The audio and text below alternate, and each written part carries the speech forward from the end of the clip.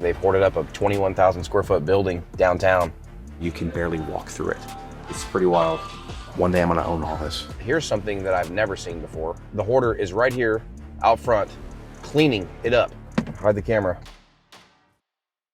So you've caught me in the act of popping corks. This is how, guys, this is how you make your wife happy. Crack a $2,500 bottle of wine and she'll love you forever. So here's one of the reasons why we like to test before we sell. So this bottle is from 1971. This is a Chateau de la Pierre Oliver. It's a Bruley. I can't pronounce it, Bruley. But this is from the St. George's region in France. This is a Bordeaux. And this would have been probably 7, 8 G's. Except for, now it's vinegar. This now will go on my shelf as a souvenir to the deal. Because I don't care if it keeps anymore. So these bottles, this is a sign of it not being stored properly for at least 5 years. You can see in this bottle itself, if you look through the light, you'll see where it's set. So you can see it set just like that for a very long time because the sediment is attached to the bottle there and there's none there. So this bottle for proper storage, in addition to being kept at the right temperature, needs to be turned every few months, quarter turns. Really? Yep. Okay. This is a sign of improper storage. All right, we're drinking now, boys. You gonna do it? Yeah, we're ready? Good. We're sipping. It's there. Okay. Yeah, it's there. Cheers. Cheers, man. Thank you. Right now we're headed to a house that we finished up that I haven't shown you guys yet. House is actually under contract. So as always, I'm going to break down the numbers for you, show you how we bought it, and let you know how much money we made on it. So this is the second time I've been to this house.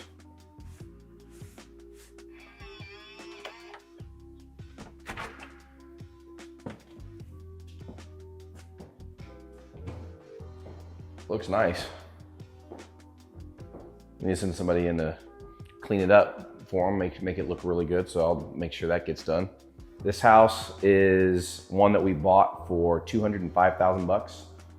The remodel was 99% done, but they ran out of money. And so they called us, we came in, bought the place, and it's under contract. We bought it for $205,000. It is under contract for $349,000. And you can kind of see what one looks like that we redo. We still need to get professional cleaners in here, but this house was a hoarder house. I didn't have to clean the hoard. The investor that ran out of money was the one that cleaned out the hoard. But a good deal nonetheless, a money maker. This is what I call bread and butter. So the only thing I see left to do here, just with a discerning eye, I'm looking through, there's dust on the floor, the countertops aren't clean, it's not been swept. So I'm gonna send a cleaner crew in here. I want my buyers to feel like they're walking into something that was cared for and pretty. And so one of our things that always happens is right before closing, deep clean the house. I normally throw a grill in the back or like a bottle of wine, like thank you, just to make people feel like that. And these people that are buying this house are first time home buyers. I think that's cool. That a family's gonna come into this house, live in it and enjoy it. And I'm making a bunch of money on it. So I'm not gonna be cheap on throwing them a little gift, like, good luck, good wishes, goodwill, whatever. So yeah, this one's a wrap. We are on our way to a couple of hot prospects. These are gnarly houses. Some of the worst, some of the absolute worst hoarder houses that I've seen in years. And we're going to see if they'll answer. A lot of times hoarders are shut-ins. They don't really come out to talk. So I'm not having high hopes that this is just going to pan out to a deal. But I have their phone numbers. I've been in contact with them. These properties are, this is the end of the life for the hoarder house. They've pushed it beyond anything reasonable. And the city's on them. They owe back taxes. They have liens for cleanup. And they're going to lose them. So before that happens, what I like to do is see if I can save them a little equity. The problem is, hoarders have a tendency to keep. These people I have a lot of compassion for, even though it's really gross. Most people's first impression is like, how could you ever live like that? The reality is you couldn't, because you don't have a compulsive hoarding disorder. They live like this because they're hoarders. Now, here's something that I've never seen before, and they're actually cleaning it up. This is shocking. The hoarder is right here out front cleaning it up. There's a dumpster out front and it's being cleaned. Hide the camera.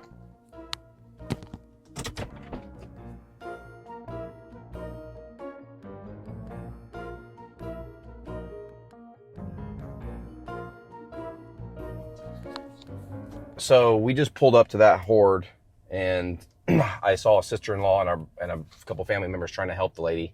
Her house is in the middle of being condemned. They had a dumpster out front, trying to rush to prevent it from just being completely taken from them. Generally, in the condemnation process, the municipality, the city, or the governing entity where the house located it, that what they'll do, the city will say it's unsafe for any human to inhabit this property. When they condemn it, they'll board the windows shut. They will make it illegal to enter or go onto the property. And that is how they prevent somebody from burning up or the house falling down on somebody. Then the city will demolish the home. So once it's condemned, the city will give a period of time in which they can fix it, to pull it out of condemnation, fix it, sell it, do whatever you can to correct what's wrong with it. If not, they will demolish the property, file a lien on the property for the cost of the demolish, and foreclose. So unfortunately, that's what happens to a lot of hoarders.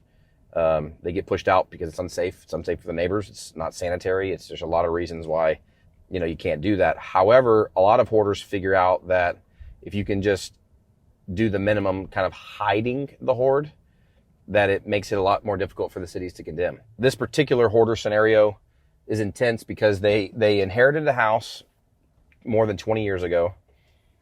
The couple hoarded it up so bad that it made it unlivable. They had alleyways, I think, that they were being able to walk through, and when those collapsed, it made it impossible for them to actually get inside the home. They then had a parent dying and move into the other house, in which the one we just left that they're cleaning up.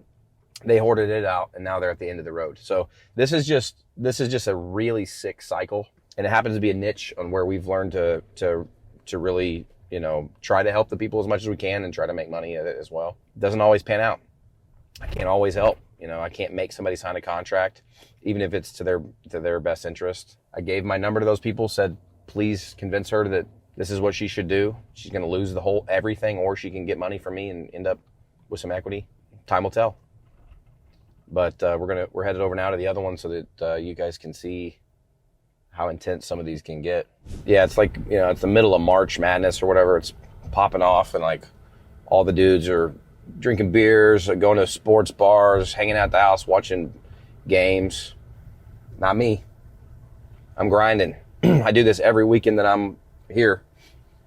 I don't really have any hobbies other than work, because work is fun. This is thrilling. This is fun.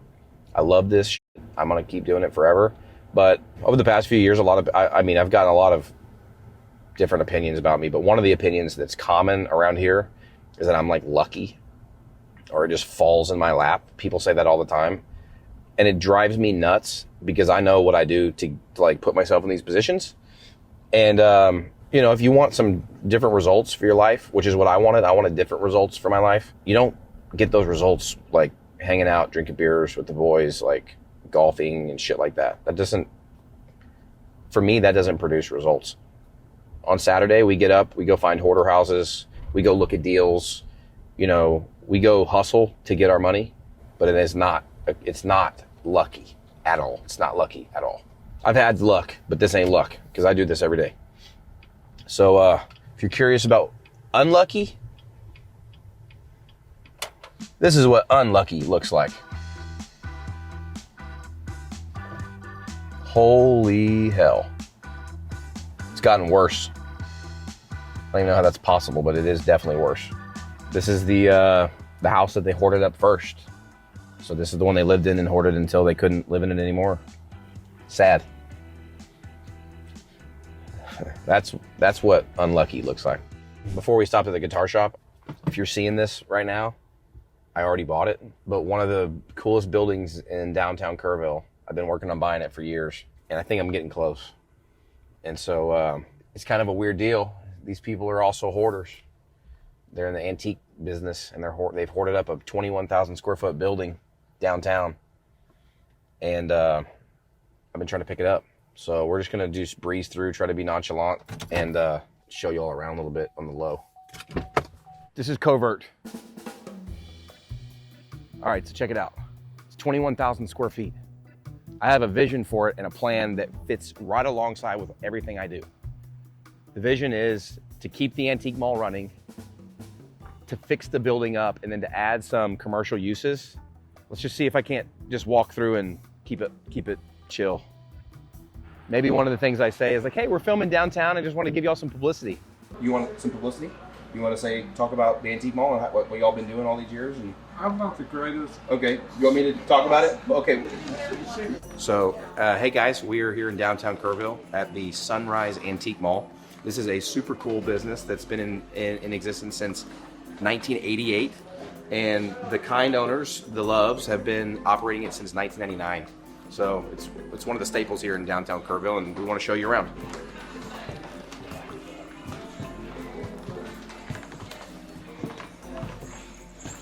So the way this business works is each space, they charge for each space. So any cabinet you see costs some money. It's just like multifamily housing, except for just renting space. If you look up in the corners, you see inaccessible areas.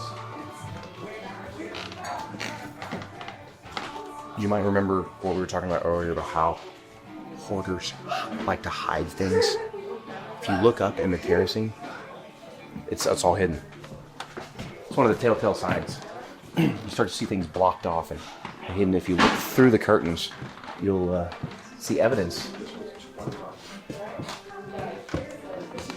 There's an upstairs, there's an elevator, and there's a basement, all the same size, but it's all hoarded up to where you can barely walk through it. We go upstairs now. So up here, if I buy this property, this is all going to be like a bar. I would make this just a sick bar. You come up here, get a drink, or get an ice cream, or like go downstairs, shop. It's a huge space. Another example of kind of the condition of what's happening is you just see all these doors blocked off.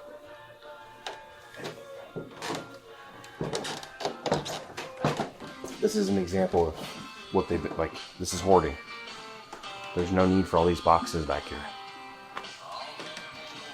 One day I'm going to own all this, and I'll tell you more about why here in a second.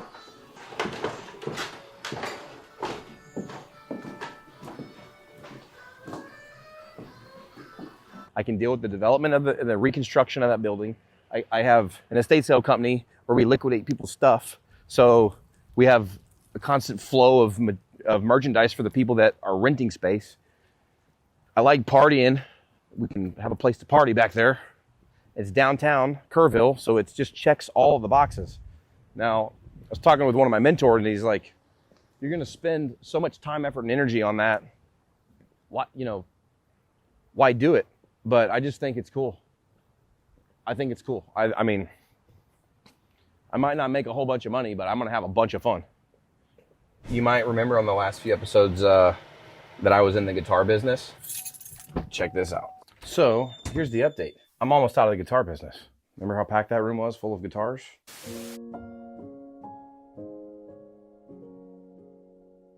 Not anymore. Pretty cool.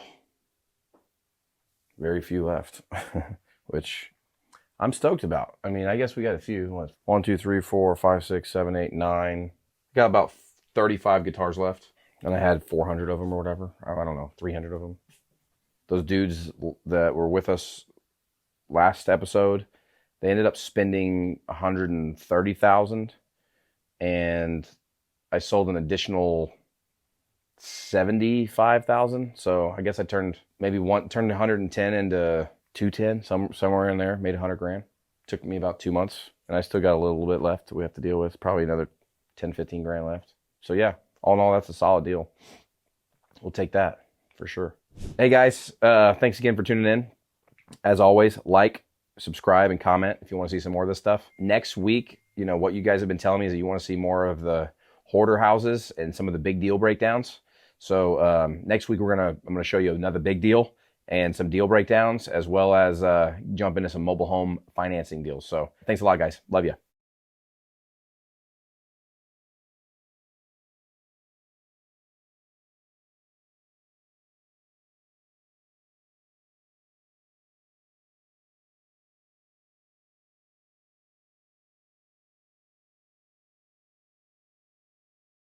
It's rather unfortunate. It's very sad.